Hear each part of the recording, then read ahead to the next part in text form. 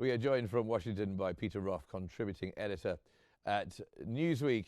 So, Peter Roff, tell me, what did you make of that few hours yesterday where it all went absolutely crazy? A feud of the century, not quite. Spat between friends, yes. It's always sad when a marriage dissolves, but you can expect harsh words on both sides, and hopefully they'll come to a position of peaceful coexistence. Well, Trump has said that he was feeling very let down. Of course, this started earlier on in the week. Well, this time last week, Trump was giving him a golden key.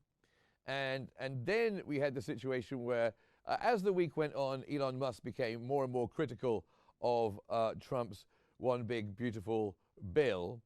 And then yesterday, during a press conference with the German Chancellor, Trump made it slightly more personal. And then Elon Musk started tweeting along with this, and then it erupted from there. But when we got to the end of the day and Trump was threatening to cut off Elon Musk's contracts with the government, and then Elon Musk came back and said that he was dropping the bombshell that Donald Trump was in pedophile Jeffrey Epstein's files.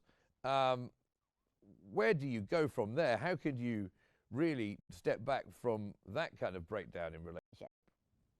Oh, you just take a deep breath and you move on. I've seen things like this before, and there always is the possibility, however slight, that this is theater for the public.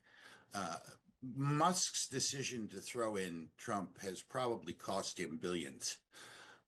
It's affected the sales of Tesla, his core financial enterprise. It certainly had an adverse effect on the platform formerly known as Twitter, which he purchased. And he may feel some economic heat that's requiring to put him a little bit of distance between him and Trump may be helping. I mean, that's a slight possibility, but we do have to consider, based on what we've seen before and how vicious the president can sometimes get towards people whom he ultimately welcomes back into the fold, that this may just be a game. I think it's also probably true that this was Elon Musk's first major foray into the American political scene, and up until the special election or the general election for a Supreme Court justice in Wisconsin, into which Musk put a lot of money and lost a lot of big wins early, and then suffered defeats, and that goes down hard. And in my experience of many decades of both covering politics and actually doing politics, is that the guys with a lot of money are happy to play when they're winning, but when they're losing, they don't see much value in it, and it may turn them off, sometimes permanently. And yesterday, as Elon Musk was firing off these tweets, his company Tesla lost $152 billion that day.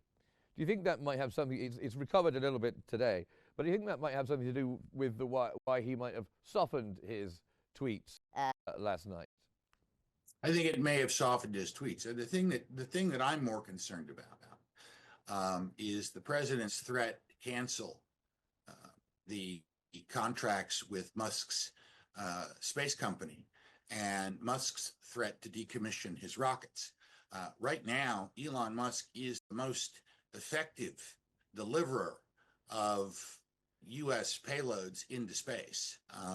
We really can't do without him, and without his Dragon rockets, and without his company. And I'm hoping that that's all just a giant negotiating tactic on both parts, that's designed to perhaps take some heat off Musk, because he's been getting political heat from Democratic elected officials who've gone after his company, and he's been getting heat from crazy American radicals who have been random Teslas, setting them on fire, slapping bumper stickers on them, painting swastikas, and just harassing people who own them. Again, there may be an effort here to put some space here to help Musk stabilize his position in the marketplace. But we've seen this before, and we've seen major political figures. I can think, for example, of Ross Perot, who came into the public eye in a big way in 1992 and again in 1996, and then after two defeats, faded from the scene. And of course, it's a difficult one for the MAGA right, who I think it seems, as far as I can see, you can tell me if I'm wrong, they are really big fans, obviously, of Donald Trump, but also very big fans of Elon Musk. And it seemed to me, from reading some of the discourse on social media yesterday, they didn't quite know where to put their loyalties. Is this going to be a problem for the MAGA right? Well, on the one hand, when mommy and daddy fight, the kids don't know what to do. But on the other hand, I'm not sure that what the MAGA right is actually. That's not a cop out. It's a coalition of people that put Donald Trump in office who don't necessarily agree on public policy in major ways. And there's a big component of the MAGA right, as you term the phrase, that's very suspicious of big tech and wants the government to step in and break it up. And Elon Musk, as the head of X, formerly Twitter, is part of that. There's a great dislike for big tech. Google, Meta, X, all of the large platforms. And there are a lot of people who call themselves MAGA Republicans, who want to use the federal antitrust rules to break these companies up, because they've accused them of suppressing conservative voices on the internet. I don't think have, at least not to the degree that some people suggest that they have. And B, antitrust is, breaking up big companies because you don't like what they do is what Democrats do. It's what progressives do. It's not what free marketeers that also populate the MAGA movement do. Now, do you think this rift reflects a deeper frustration within the Trump administration towards Elon Musk? The Doge situation, the Department of Government Efficiency, not particularly popular with senators and representatives across the country who are going home to their constituencies, and their constituents seem to not like what Elon Musk has been doing. Do you think that's something to do with it? And where does Doge go from here? That's a very good point. There are people in the White House, close to the president, who are not necessarily interested in his reform agenda as far as the scope and size of the U.S. government goes. They're interested in the tariffs. They're interested in, as I said, antitrust to go after big tech. They're interested in border security. They're interested in plussing up the U.S. military. They're not interested in streamlining the government and eliminating its power, because they want to use that power to produce the ends that they think are virtuous. I tend to lean more towards the libertarian side of things and believe that central planning doesn't work.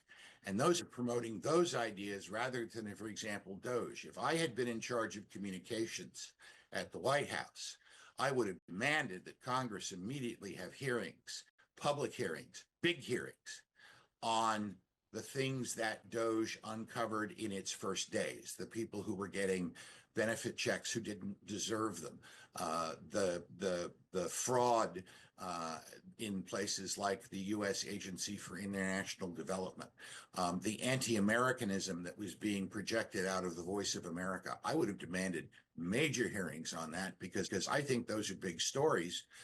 As a media person, as a political person, I think those are ways for the Republicans and the Trump White House to put points on the board very quickly. But that was kind of depressed in the arguments over the legality of what Doge was trying to do. There were people in the White House who weren't interested in defending Musk's efforts to generate transparency so the American people could see line by line how their tax dollars were being spent and how large agencies were and how many people weren't actually coming to the office every day to do the jobs that they'd been hired to do. I thought that was a big winner.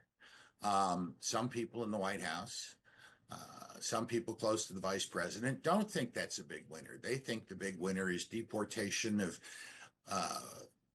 non-Americans living in the United States, residing in the United States, shutting down the border, tough talk on that, plussing up defense, raising the corporate tax rate so that they can give more government money to working class families. That's their agenda. DOGE doesn't factor into that. Okay. All right. Well, we're going to have to leave it there, I'm afraid, for today. But it's been a fascinating discussion. Thank you very much for joining us. Peter Thank Roff, you. contributing editor at Newsweek. Thank you very much.